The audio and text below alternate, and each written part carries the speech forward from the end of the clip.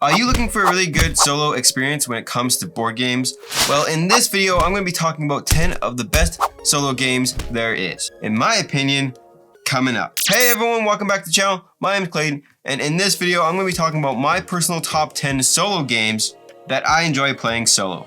Now, it's a key thing to know that I actually don't play too many games solo, but these are the ones that I have played, and these are the ones that I can personally recommend. So if you guys enjoy the content, don't forget to absolutely destroy that like button because it really helps this channel grow. And let's just get right into the video. Starting off at number 10, let's talk about Rolling Realms. This is a roll and write game combining most of Stonemaier games, and the goal of the game is for a player to roll 2 dice, and the player must use the result of that dice to generate resources and earn stars. After 3 rounds, the player with the most stars wins.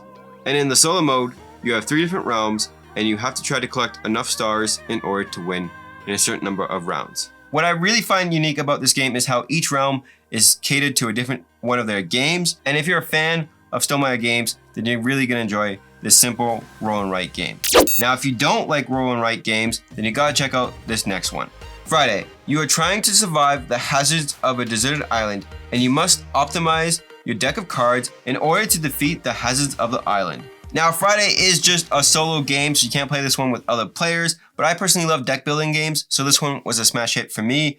It can ramp up really fast, it's easy to play, and if you love deck builders, then you're probably going to enjoy this one as well. Speaking of deck builders, check out this next game.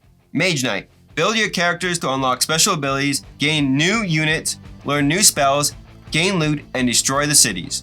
It is a highly interactive fantasy game where no 2 games are alike. The game is highly complex and card management is key.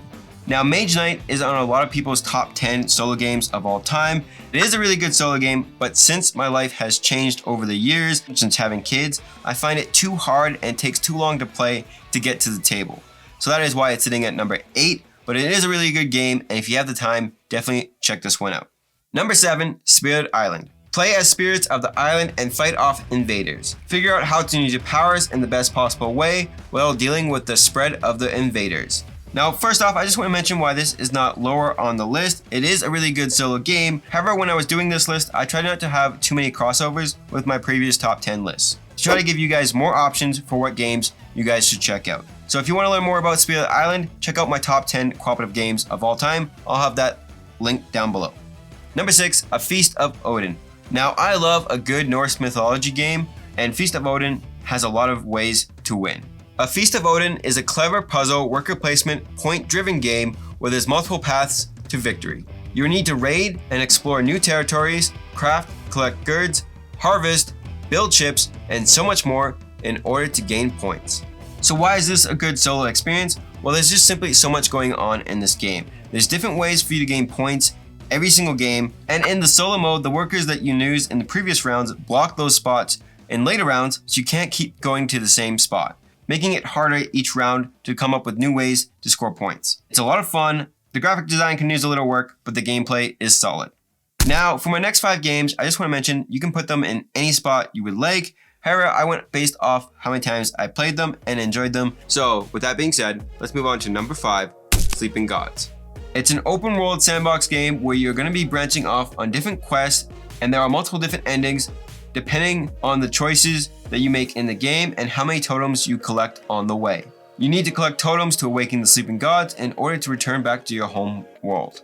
Fantastic story, beautiful artwork. In my opinion, this is one of the best Red Raven games to pick up. I think all the games are pretty good, but Sleeping Gods definitely stands out. Number 4, Under the Falling Skies. It is an incredible but also very difficult solo gaming experience. Until this day, I have not beaten the full campaign. In Under the Falling Skies, the goal of the game is to expand your underground base and gain access to more powerful actions, allowing you to shoot down enemy spaceships and deploy robots. But you also need to research and watch your energy supply. Your actions are powered by dice placement mechanics. When you choose an action, you also are choosing which enemy ships will descend. Bigger numbers will give you better effects, but also cause ships to descend faster. If you're looking for a good, challenging solo experience, I cannot recommend any other game than Under the Falling Skies. If you've beaten it, let me know in the comment section down below. Now, my number 3 takes 2 of my favorite things that I like in board games: deck building and dungeon crawl. So you gotta check out Dungeon Alliance. This is a dungeon crawl game that needs a lot of thought and planning. Build your alliance of 4 heroes and dive deep into the dungeon, slaying monsters and completing quests. Now this game really mixes deck building and dungeon crawl really well. And it has tons of different ways to play it. If you want to play it solo, player versus player, cooperatively, or competitive. And there's also an adventure mode if you want to dive more deeper into the story. It's a fun time and it doesn't take too long to play or set up. I find it easier to get to the table than a game like Mage Knight. So that is why this one is my number 3. Dice Throne Adventures. This is an expansion to Dice Thrones that allows you and up to 3 other players to use heroes of your Dice Throne in new and exciting ways. Play through different scenarios and fight your way all the way to the Mad King's throne room. You will gain permanent deck upgrades with each session. Now, I'm a huge Dice Throne fan and it's actually my favorite 2-player game of all time. With adventures, it just adds a whole new element to the game. Again, it's easy to play, easy to set up, so that is why it's my number 2. Now, for my number 1 game, it is a game that millions play around the world, and that is Solitaire. Just kidding. My number 1 is actually Final Girl. In this game, you are rolling dice, figuring out the best way to spend your resources, and plan and figure out the best way to take on the killer in the scenario. There's different maps to play. It's a fun time. It's a great experience, and I really regret not backing this one on Kickstarter. It's my number 1 because it is really challenging. You're not trying to gain a certain amount of points. It doesn't take too long to play, and it's very easy to understand once you get it going. I love how all the different girls in the game have different abilities, giving this game more replayability. I love horror games. I love the idea that there's always one final girl that survives and takes down the killer. So that is why that one is my number 1 solo game. Let me know in the comment section down below what your favorite solo games are, and check out this video right here to learn about my top 10 cooperative games of all time. And I'll catch you guys in the next one. Take care.